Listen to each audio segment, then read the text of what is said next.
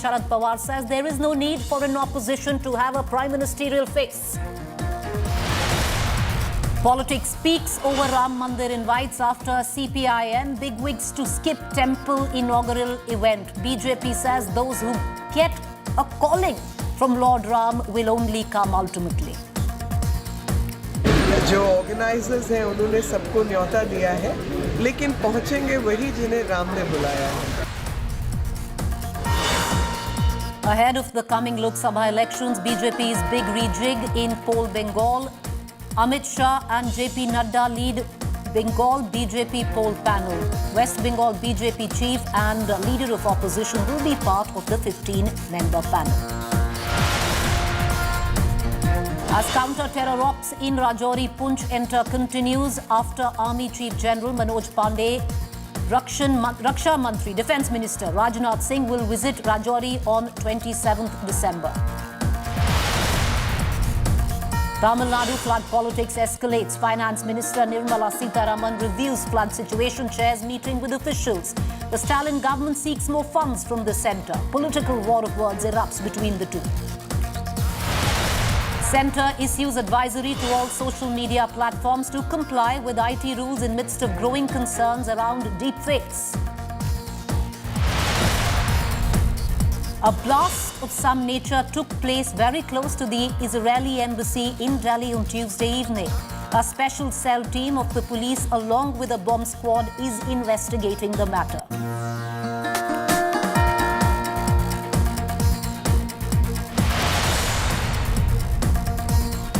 Our top story, Prime Minister Narendra Modi's outreach to the Sikh community. A day after, he reached out to the Christian community on Christmas yesterday. Today, he addressed an event to commemorate the sacrifice of Guru Gobind Singh's sons, where he urged the youth to join the movement to make India Viksit Bharat. This was also the theme in his speech made to the prominent members of the Christian community. Will his outreach work? That's the big question we'll discuss later.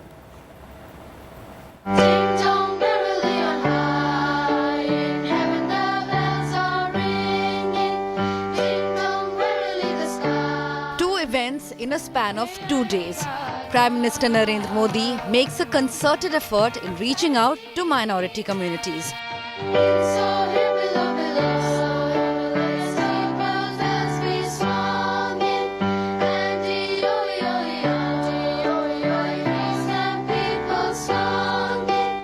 First, a celebration of Christmas at his official residence on Monday, where he met church leaders and eminent citizens from the Christian community. Thank you, Reverend Dr. Paul Swaroop. Your message, आपने environment पर एक message दिया.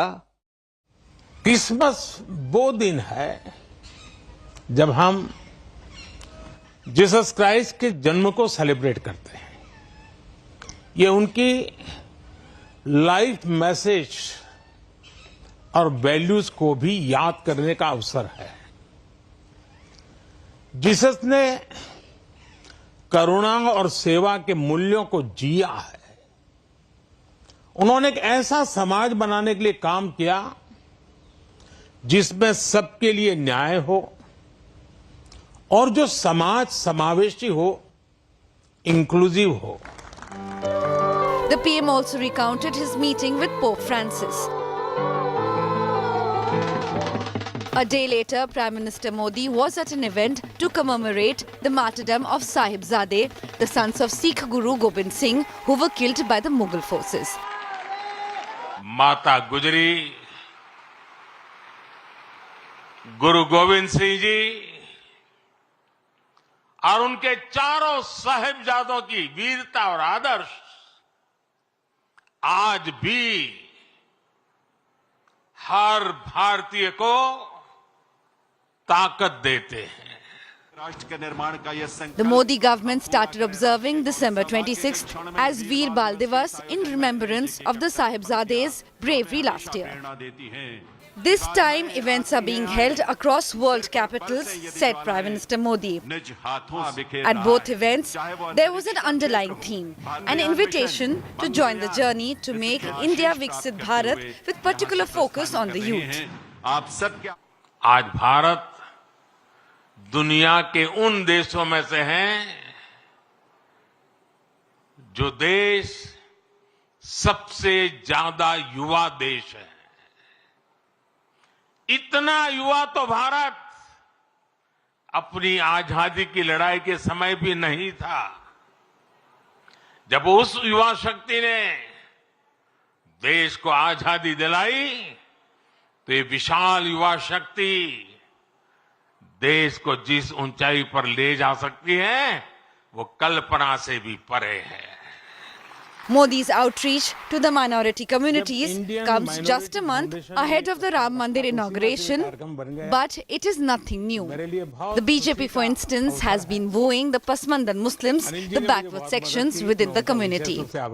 However, the Modi magic, which has shattered past caste equations to consolidate the Hindu vote, somehow hasn't worked on the minority communities. From Muslims to Christians to Sikhs, the BJP is struggling to win over the trust of India's biggest minorities.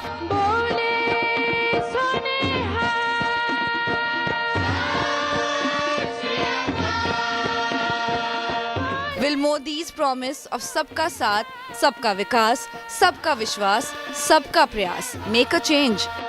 Bureau Report, India Today.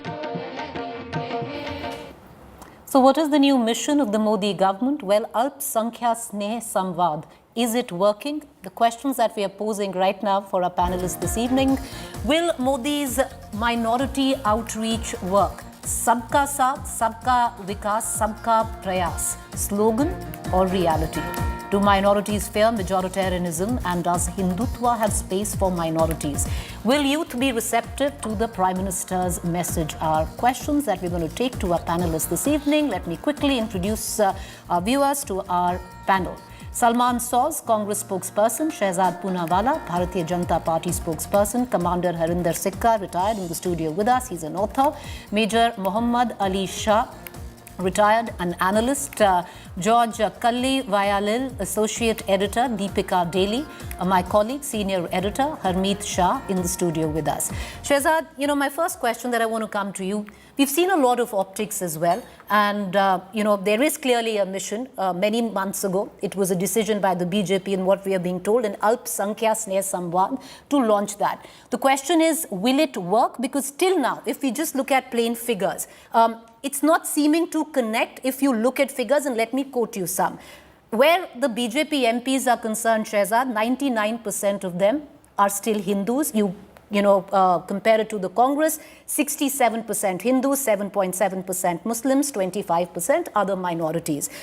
If you look at the kind of support that the BJP has got, let's take it year by year, 2014, 2019, you've had just 8% of the support from Muslims. Christians, 2014, 7%, which rose to a nominal 11% in 2019. 2014 was a 16%, which came down to an 11% in 2019. So, is this just optics?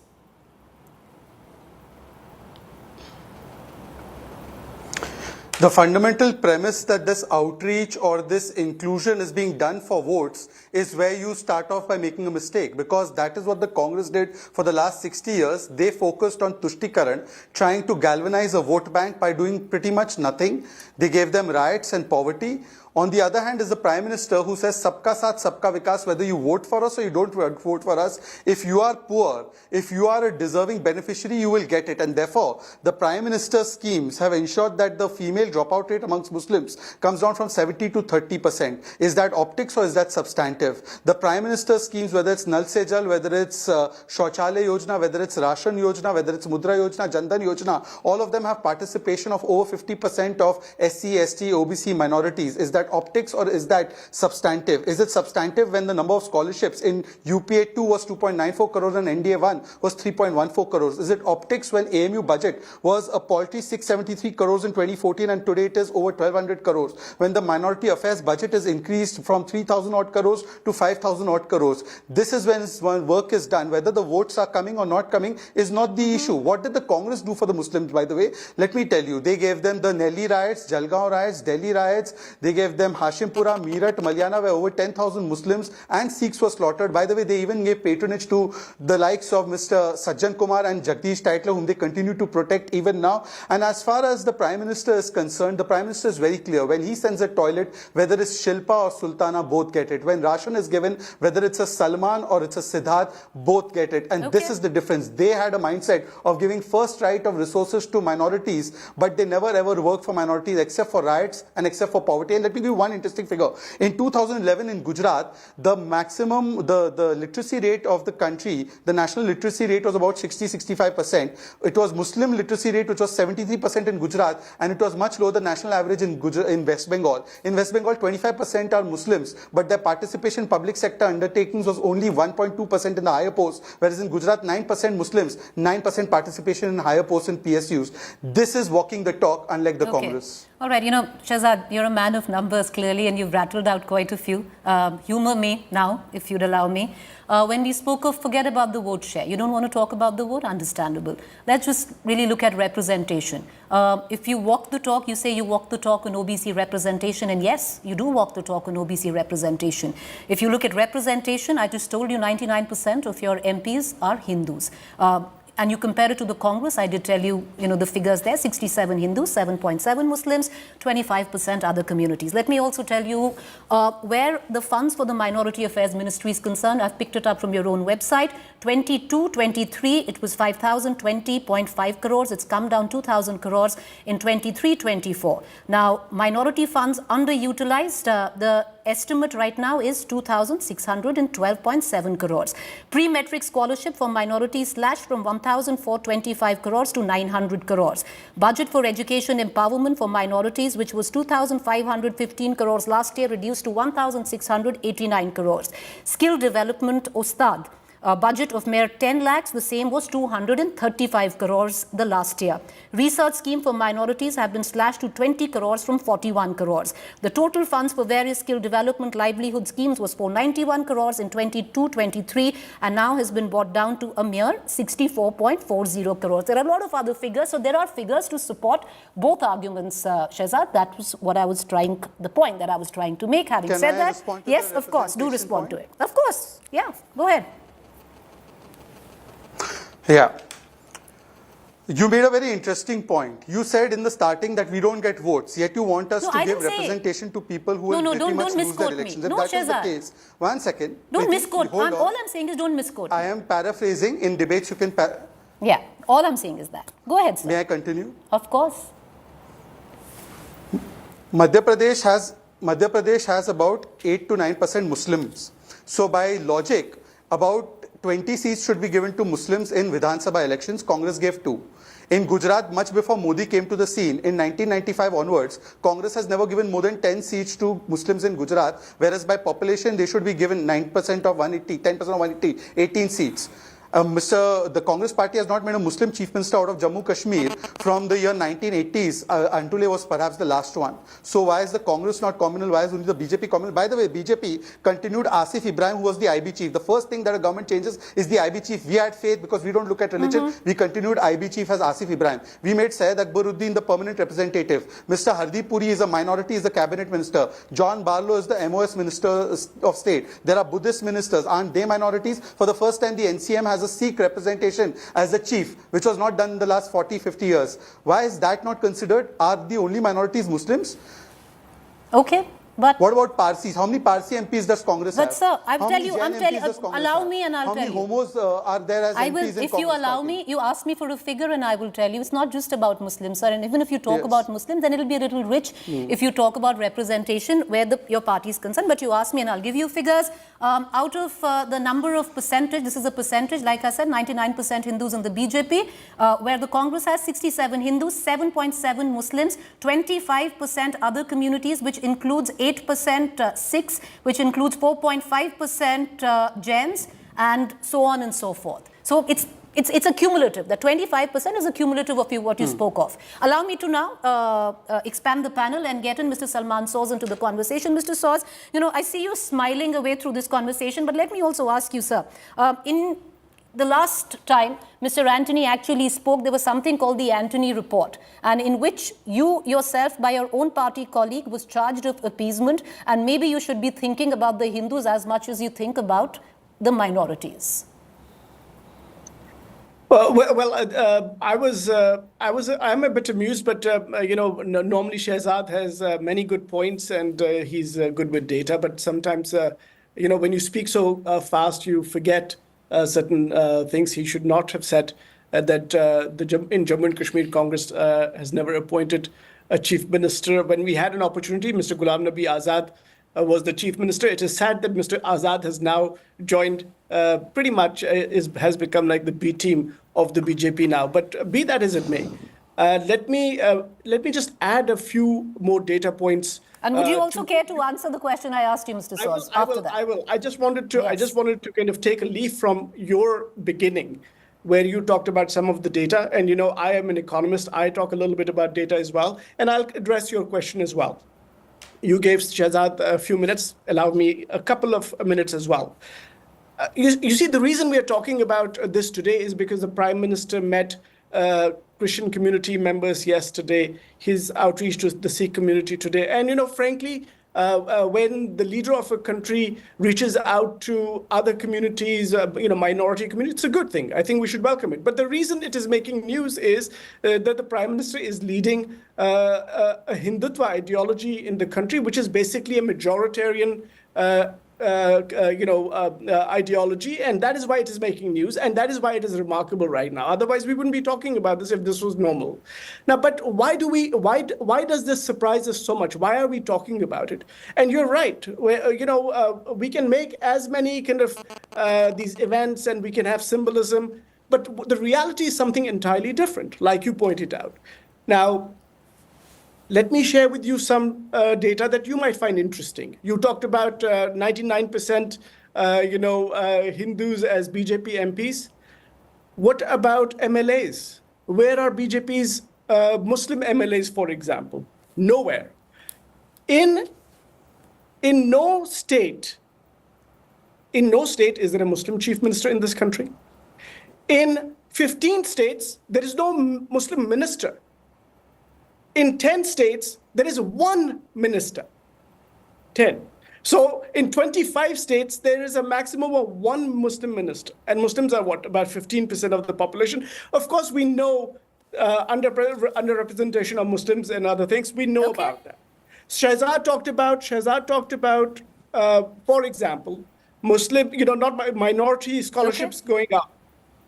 Minority, ministry receiving 5,000 crores now. It used to be 3,000 crores. But if the economy has grown, maybe doubled in this time, it's certainly not keeping pace with the size of the economy. No, that is, I'm just saying that the BJP can do whatever it wants. There is a reason that the Sikh community's vote share went down. There's a reason that the Christian and the Muslim community do not vote as much for the BJP. That is because their leaders. Mr. Soz, even though you've not answered my question, but there's something with data. The data is not ideologically bound, and I'll give you some. Because I would reckon what is the biggest marker of security where our minorities are concerned. And I would think you and I would agree, and it would be if they feel safe in a country. Yes, sir? But if the point is, how do you feel safe in a country? How do you feel safe? I'm just going by data. When in Parliament, one member of Parliament calls another member of Parliament from a minority community. That is a debate. That's a debate which we can have. But like I said, I asked you. Can I use that word, or is that unparliamentary? No, it's okay. We're going to, it's a part of debate we'll get to. But because we were on a train of thought, let me complete it. One of the biggest markers of security for any minority community in a country is if they feel secure. And where data suggests, sir, and let's pull out some more, you look at communal riots in the country. 2017, 723 communal riots. 2018, 512 communal riots. 2019, 438 communal riots. 2020, 857 communal riots, which have been brought down in 2022 to 272 communal riots, sir. So if you do look at it somewhere down the line, there is a sense of security where at least communal riots in this country are concerned. Here is here is, Shehzad likes to show people, newspaper clippings and other things. The Christian community, until September of this year, faced 525 attacks. And this has been rising, by the way. And I have data again. There's a chart for Shehzad only. I do this only for Shehzad, nobody else, because I know he loves this. There's been an upward rise. Here's the chart. Upward rise in attacks on the Christian community from all right, 2014 okay, Mr. Soz, you have a point. I'm going to open up the panel, but Shehzad also, wants to come in, and understandably. And the reason, Shehzad, is, there's merit in what Mr. Soz actually says, and we'll give out the figures where at least attacks on the Christian community is concerned. 2014, 147. 2015, 177. Let's look at the last 2 years of your government. 505, 595, and currently just from January to August, 525. Go ahead, Shehzad, answer, and we'll open our panel. Preeti, because this entire narrative about attacks on Christians being linked somehow to the majority community was made, if you remember, in 2015, when a nun was also raped. And then eventually it turned out that the rapist was a Bangladeshi. The moment it came out that it was a Bangladeshi, this entire mandali, which was raising this issue, went silent for God knows what reason. I would also appreciate, and Times of India has done it, it's a rival publication, 2004 to 14, the number of attacks on Christians that have taken place in India were also there. Maybe you should juxtapose both of them, but having said that, that's not the issue. Now look at what Salman so said. By the way, Salman, I said any chief minister who's Muslim outside Jammu Kashmir, because Jammu Kashmir is Muslim dominated or Muslim bahul, so anyways there a Muslim will be made mostly by the parties, but I was talking about other states where Congress party has not made any chief minister. Now what Salman so says is that look, so many ministers were only Muslims in the entire country. Salman, in that case, if you see, Muslims are not homogeneous. There are Pasmanda Muslims who are 85% from 1952 to 2004. The representation of Muslims, by the way, was only 5 or 6% in parliament, despite population being 14%. But in that, Pasmanda representation was merely about 0.5%. So who has been usurping even the benefits in this entire community? It's people like you. And by the way, it's people like you who have gone and also batted for Afzal Guru and who go and bat for these elements. And then they say that they are taking up cause of minorities. Okay. Afzal Guru is not a cause of the minorities. Saifuddin Soz, your father, had once said that Afzal Guru's human rights are being violated. This is when you confuse the rights of the community. By the way, Salman Soz, who gave Bharat Ratna to Ustad Bismillah Khan, who named an island after Veer Abdul Hamid, who was the one who named the road of Aurangzeb after APJ Abdul Kalam. Why weren't you doing all of these things in the last 70 years? Shehzad, ask you? All right, 20 seconds because Shehzad wants to come in for, Mr. Soz wants to come in for a rebuttal. Allow him 20 seconds, and then may I please allow, please do allow me to open up the panel. The other guests have been waiting very patiently. 20 seconds, sir. Please respond. I really don't want to get into a back and forth with Shehzad, but there was a time when Shehzad's mission in life was an RSS Mukt Bharat. And the reason is, and this is, by the way, Shehzad's words, not mine, and there must have been a reason, Preeti. And the reason, I think, is clear to him and to me and to all of us. All right. Okay, maybe RSS has a poisonous ideology that is bad for this country, and we are fighting it. And Shehzad has gone to the Please allow me. Okay, that's all there is. All right. Okay, our political panel there. We'll just come back. We'll revisit it in just about 3 or 4 minutes. Let me just open it out. And what really do members of the community really feel at this point of time? Because is this what some say an attempt to assimilate, rather integrate? But let's take that question to our panelists. I have with me in the studio Commander Harinder Sikha, Major Muhammad Ali Shah is also with us, George Kali Vayalil, Associate Editor, and Harmeet Shah, Senior Editor, my colleague. Harmeet, let me begin with you. What's the perception today in the community? Because you have the Prime Minister who it's not just one token visit. Consistently over the last couple of years, he has made an effort to reach out, especially where the Sikh community is concerned. I completely agree with you. It's a great initiative at the level of the state, where the state has gone to recognize something which has not been recognized over the past 300 plus years.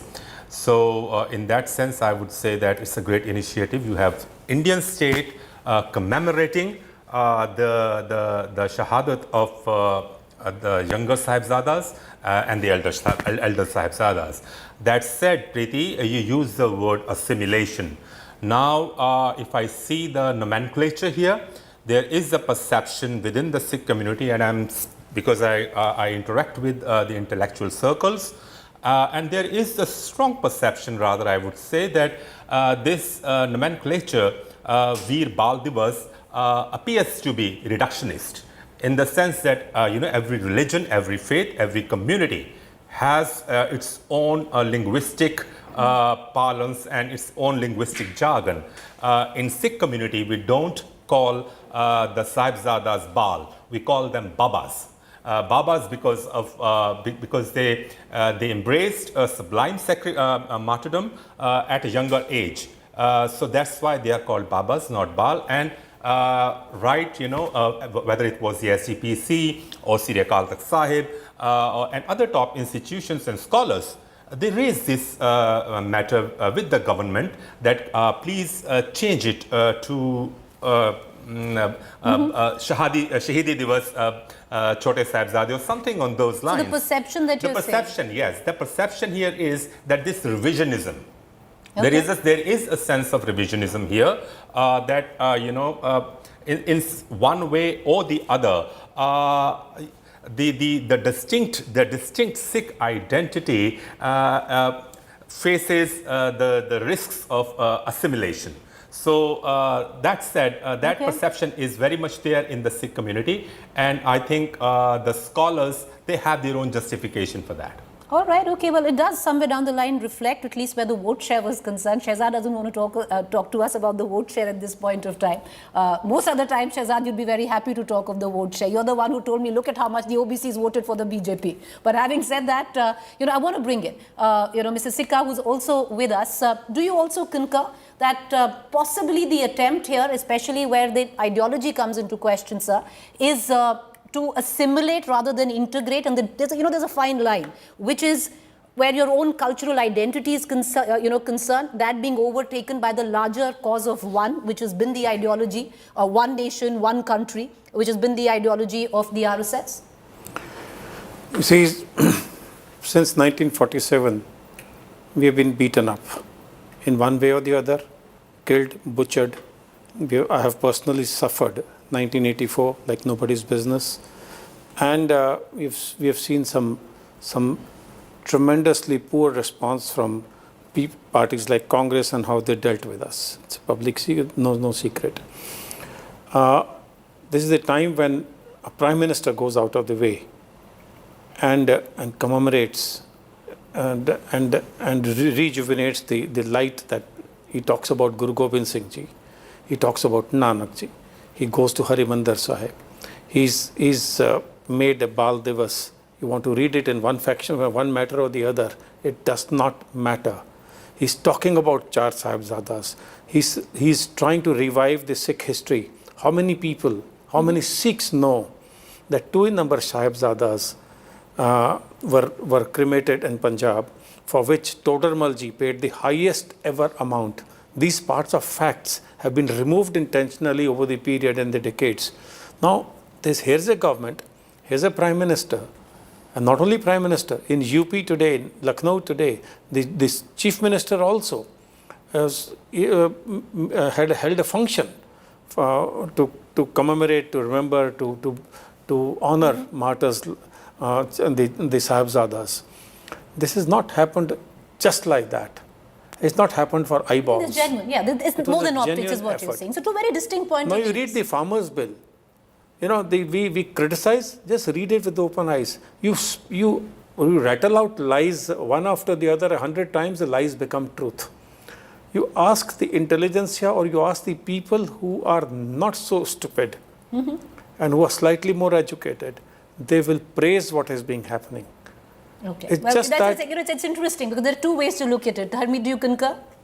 I do concur partly, as I mentioned that, of course, it's a historic initiative. Right. At the same time, there are fears of assimilation, and that's also true. You made that clear. So who created that fear and why? Who created this division? We are forgetting that Sam Petroda said over here, hua to hua, when he mentioned about 84 rights. It was not rights, it was carnage, butchery. Now, under whose tenure this Sajjan get the life term? Who's trying to get us justice? Which is forgetting fair it enough. because But, you know, we want to like I forget said, it. but as you look at it, in terms of just support, where the community is, where the BJP comes into a question, it's dwindled. But having said that, two very distinct point of views and interesting point of views that one really needs to think of. And that's why we had both of them on the show. But also let me, expand it a little more. George Kalli Vayalil, I apologize if I've got your surname wrong, sir, and I appreciate the patience. But George, what do you make of the outreach where the Christian community is concerned? It's not a first. It happened on Christmas. It also happened in April, where the Prime Minister on Easter had gone to the church himself. So at least, even if it is optics, you seem that there is a connect. But do you see a disconnect there? Because there seems to be an approach, maybe, where the community is concerned to build bridges in Kerala, but in places like Karnataka, in Chhattisgarh, or even in Manipur, churches are being burned and there are atrocities against the Christians. So it's a dichotomy of sorts. Preeti, I think you said it correctly. No, we welcome the Prime Minister's initiative. Whatever it be, a Prime Minister calling the Christian leaders for a lunch on a Christmas day is welcome. We welcome that. No doubt about it. Now, Prime Minister visited Sacred Heart Catholic Cathedral in the center of Delhi on the Easter day. No, he had a meeting with the top church leaders in Kerala, 8 leaders in Kerala in last April. He had when he took over the Prime Minister, he had a meeting. I was instrumental in organizing that meeting in the Vigyan Bhavan, where Prime Minister Modi came and spoke very clearly about the rights of Christianity and the services of Christianity to the nation. But we need walk the talk. Just tokenism doesn't do good. There is a fear factor among the Christians in India that starts from Graham Staines to or Father Stan Sami to so many other, from Kandamal to the attacks all over across country, across states, and it happens in many BJP ruled states. And many false cases are charged against Christians. Therefore, Christian community is in real fear of a sidelining by the majority community or others. But what happens? The Prime Minister went to Vatican to invite our Holy Father Pope Francis. He invited him. He had a very good photo. But what happened after that? Pope wanted to visit India. Pope himself clearly said about it. I was in the Pope's delegation to Myanmar and Bangladesh. In his paper,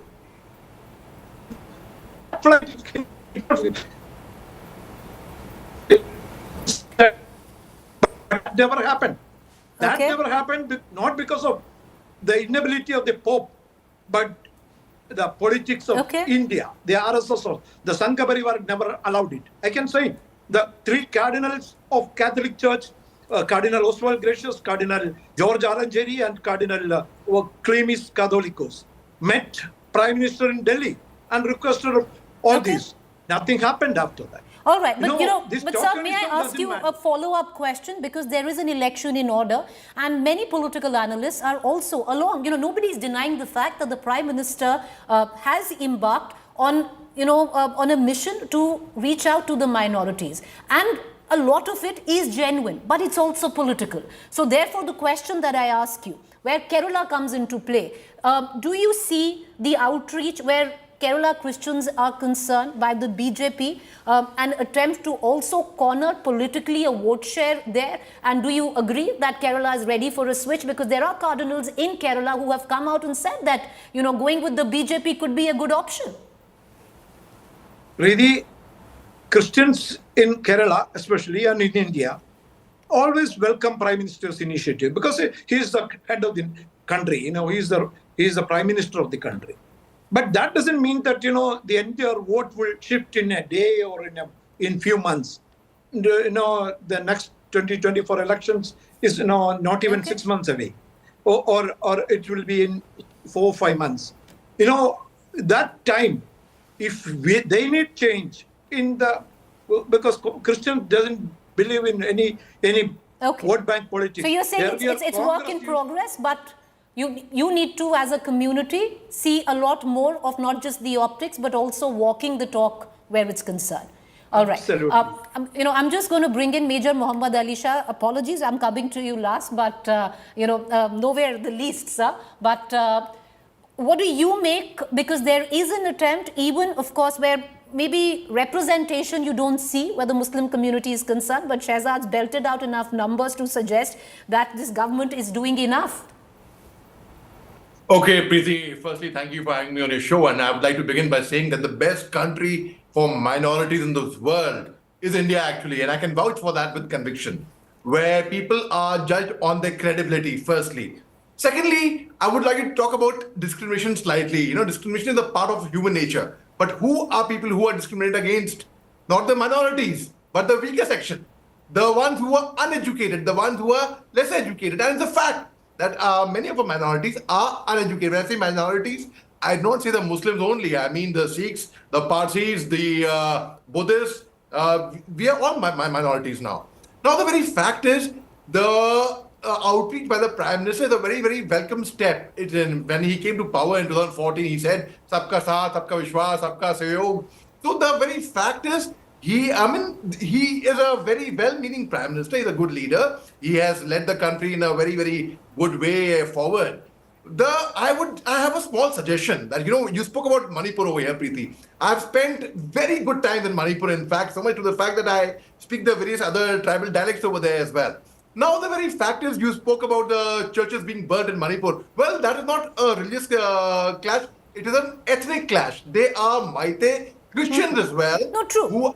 Manipur is different, but so is Chhattisgarh. Then if you bring in Chhattisgarh, you bring in Karnataka, there has been religious violence as well. Go ahead. The cookies are Christians, yes. So are the Nagas, and they are Maite Christian as well. And the Maite Christians would be having names like Laishram Raju Singh or Rohan. And just yesterday, we had on Diwali, the Maite didn't celebrate Diwali.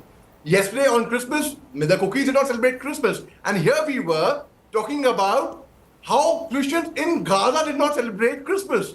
We had our own people not celebrating their festivals as well. So now the very fact is the Prime Minister's outreach to the minorities is a very, very welcome step. I also have a small suggestion that even people from Manipur, be it the Maites, be it the cookies, should be reached out because those people are heard. Fair enough.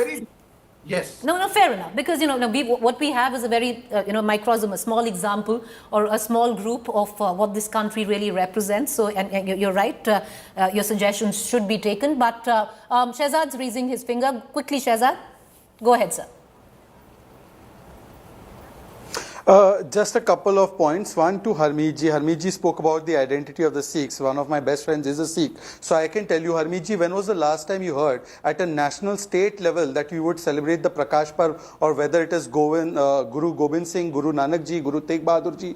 When was the last time you heard Kartarpur corridor was opened? When was the last time FCRA clearance was given to Harminder Sahib? When was the last time Langar was made tax-free? When was the last time that time and again Prime Minister has invited Sikh leaders to his house and he takes blessings from these leaders? So I think we must see it in complete perspective. As far as RSS bashing is concerned, I just want to ask Salman Soz, after 34 years in Salman's Jammu and Kashmir, because he comes from there, first time Muharram Tajia is going out from Srinagar. This is RSS Soch. Ghulam Ali Khatana, who comes from the Pahadi Samaj, from the Gujar Samaj, he has been given Rajya Sabha representation for the first time in 60 years. Why didn't Salman Soch do it? And RSS Soch is Soch that takes everyone together. What is Udaynidhi Stalin's Soch when he says Sanatan Samapti? When Mr. Khadge's son says that it is equivalent to a disease. Today, Mr. Swami Prasad Maurya has said that Hindu is a fake dharma. And you have also called Hindutva as like ISIS and Boko Haram. Salman Khurshid said this when the Supreme Court has said it's a way of life. Is that not Nafrat ki dukaan? What is that? And Ramesh Bidudi, one last 10 seconds on Ramesh Bidudi. Ramesh Bidudi, whatever statements he made in Parliament are most condemnable. In fact, Rajnath Singh ji condemned it. We issued him a show cause notice. Same statement that I am an Ugravadi and Mujahideen was made by Priyanka Kakkad on a TV show to me. I am a Muslim. What did these people say? After all, I am a Muslim. Did you stand up for me when she called me a terrorist only because of my religion? Where was Salman Soz? Where was Priyanka Vadra? Nobody opened their mouth. Nothing was done. Nothing was said. I am not condoning what Ramesh Bidudi has said. It is completely wrong. We have the guts to at least issue show cause notice to him. What action you have taken on people like Udaynidhi Stalin?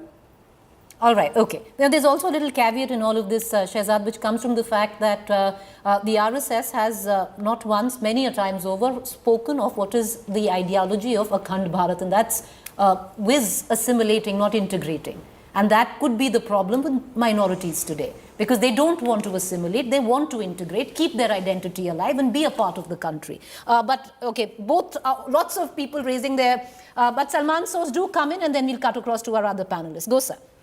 No, I don't know why Shehzad got so riled up about the RSS. In fact, he's the one who wanted an RSS Mukt Bharat. That means India without RSS. And there must have been certain reasons for that. And I was reminding Shehzad that there was a time, not so far back, when he really wanted to go after the RSS. He held symposiums. He tried to have these activities, and which I thought was very good, which is exactly the way it should be. Okay.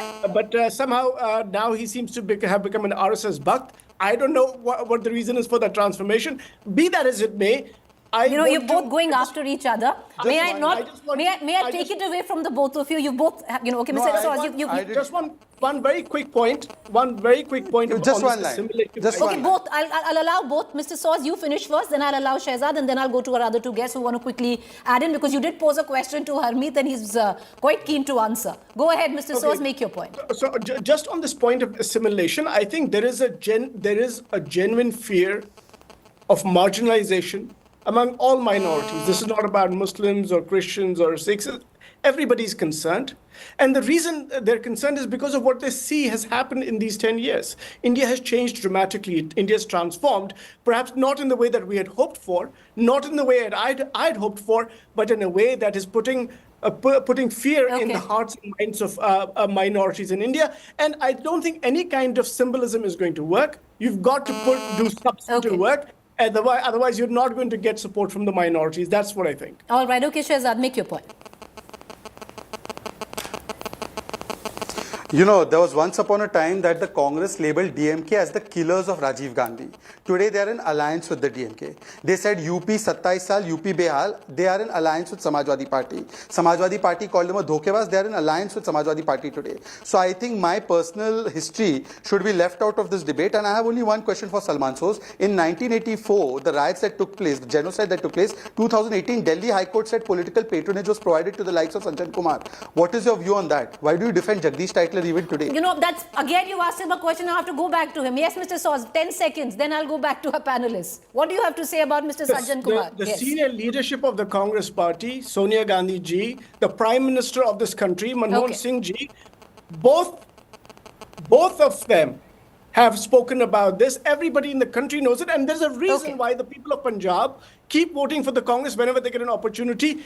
I'm sure not the last time around, sir. Not the last time around. That didn't go according to plan the last time around. But having said that, okay, Mr. Harmeet, go ahead, make your point. Lots of questions were asked by... Too many things piled up. First of all, that 1984, that Sajjan Kumar judgment, in the same judgment, the honorable judges called for enactment of a law that should govern genocide and that should govern crimes against humanity, which didn't happen. That's the first thing. Secondly, yes, of course, this Veer Bal Divas is the first event of its kind, and I said it, that it's a great move.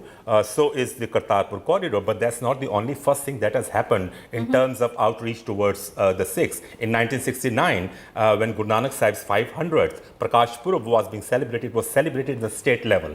In 1975, I was 1 year old, and I can say it with certainty that then Prime Minister Indira Gandhi visited Seesganj Sahib and listened to the kirtan that was being done by one of the most honorable Ragis, Professor Darshan Singh there. So it's not that everything is happening for the first time here. Now, where is the fear of assimilation? Preeti, if I'm not talking about the top BJP leadership, I'm talking about the overall ecosystem here. If today there is a protest, say today there is a farm protest, it happens again. Will that ecosystem not get activated and start labeling those protesters as Khalistanis, separatists, and worse terrorists, because we make no distinction who is a Khalistani, who is a separatist, and who is a terrorist. That's there is a very much the possibility does exist that the same thing will be repeated again. That's the fear. So far as the distinct identity of the Sikhs is concerned, is very well defined by the Gurus on page, we don't call it page, we call it Ang. 1136 of Guru Granth Sahib is clearly mentioned. Okay. Naam Hindu, Naam Musalman, Allah Ram ke Pind Paran. So there is an ecosystem that seeks to define the Sikhs, which is not good. All right, Mr. Sikka, you wanted to come in. Sir, please go ahead, and may I be allowed to close the show after that? Go ahead. From Guru Nanak to Guru Gobind Singh Ji, they were all born to Hindu families. Let me make it very clear. And Guru Gobind Singh Ji said, De Shiva Var Mohe Ahe. So he did not create a difference. Guru Tegh Bahadur fought for Kashmiri Pandits martyred. So there is no difference. Come to Guru Granth Sahib, which he mentioned. Entire Guru Granth Sahib, besides the six Gurus, there are 40 and more Pandits, Bhatts and others who contributed. Who was the majority thereafter contributing in Guru Granth Sahib? The Hindus, or so-called Hindus. Third thing, when you use this word Hindu Sikh, you are creating a divide. When we were born to that family, and every Hindu family gave first a child, my forefathers were Hindus. Or you name me any one Sikh whose forefathers were not Hindus. This, by the time, repeatedly you carry out. So another thing, who created this low caste and high caste? Congress. They're not supposed to be one scheduled caste in Sikhs. But Bhutta Singh was made as a scheduled caste, and therefore the sect started. It's interesting because there's clearly a diverse opinion, and that's what debate is all about. I appreciate all our guests for joining us. Mr. Shah, apologies, we've run out of time. Thank you, Shehzad. Thank you, Salman. Thank you, George and Harmeet and Commander Sikka. Thank you all for joining us. It's a conversation which is going to carry on, especially in the time that we live in, especially when we are less than 6 months away from general elections. And every vote matters, the minority or majority. We are not minority. He'll immediately differ from that. So I'm not getting into that. Disagree all with right, this. okay. Don't Well, create a good. divide. We agree to disagree on this panel. A quick break to stay with us. On the other side, we're going to get you the story of the wandering tiger in eastern Uttar Pradesh's Pilibhit district. Well, he's been successfully tranquilized finally. Do join us.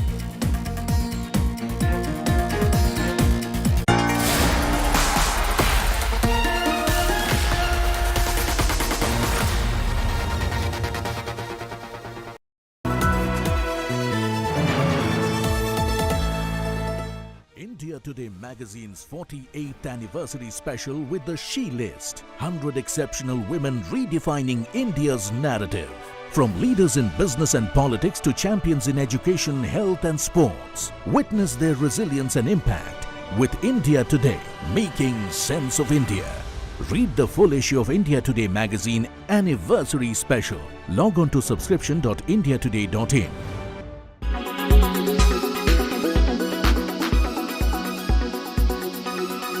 जो भी इस प्रकार के बात बोले, स्वामी प्रसाद मौर्य बोले या इंडी गठबंधन के, महागठबंधन के कोई नेता बोले, धर्म का मतलब समझते ही नहीं।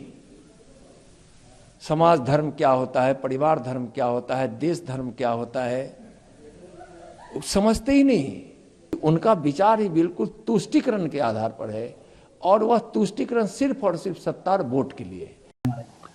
देखिए, जो सनातन धर्म है वो हिंदू धर्म है। इनको क्या बोलता है स्वामी प्रसाद मौर्य को कि किसी धर्म का, किसी जाति का, किसी का भी अपमानजनक बात न कहें, और फिर भी नहीं मानता है। और नहीं मानने के बाद जब उनकी भी बात नहीं मानता है, इसका मतलब है कि वह विरोधी है।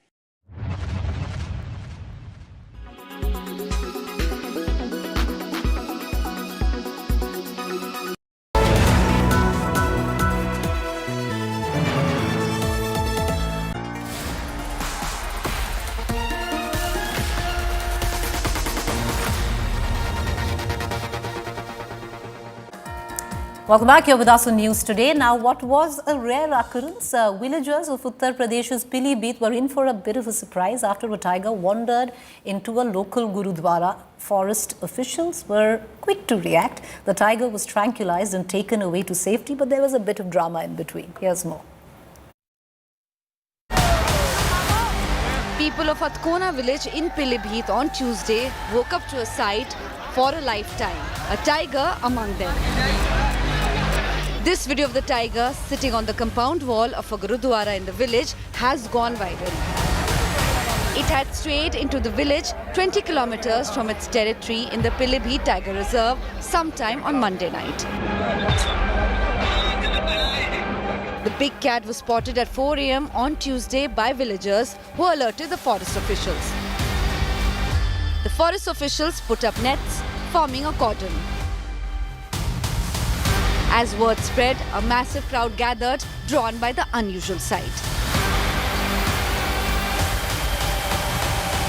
बाघ मुसेरे भाई के पड़ोस में घर में घुस गया, वहां से इधर आया, इधर से हमने दोबारा करा, डंडे मारे इधर से, बीच दीवार है हमारी साझी दोनों भाइयों की, उस दीवार के ऊपर आके रात में बाघ बैठ गया।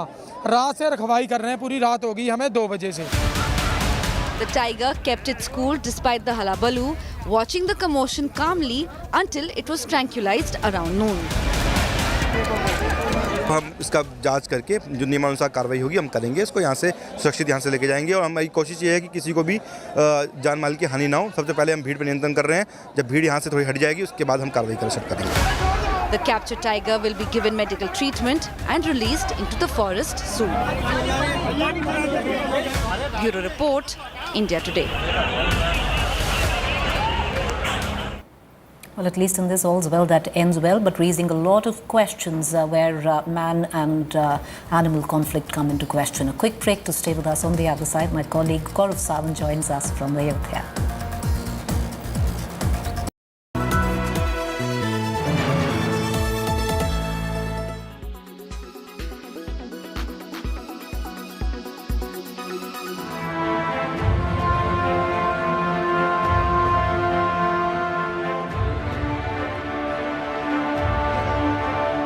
Days after the most devastating floods in South Tamil Nadu, the politics refuses to die down.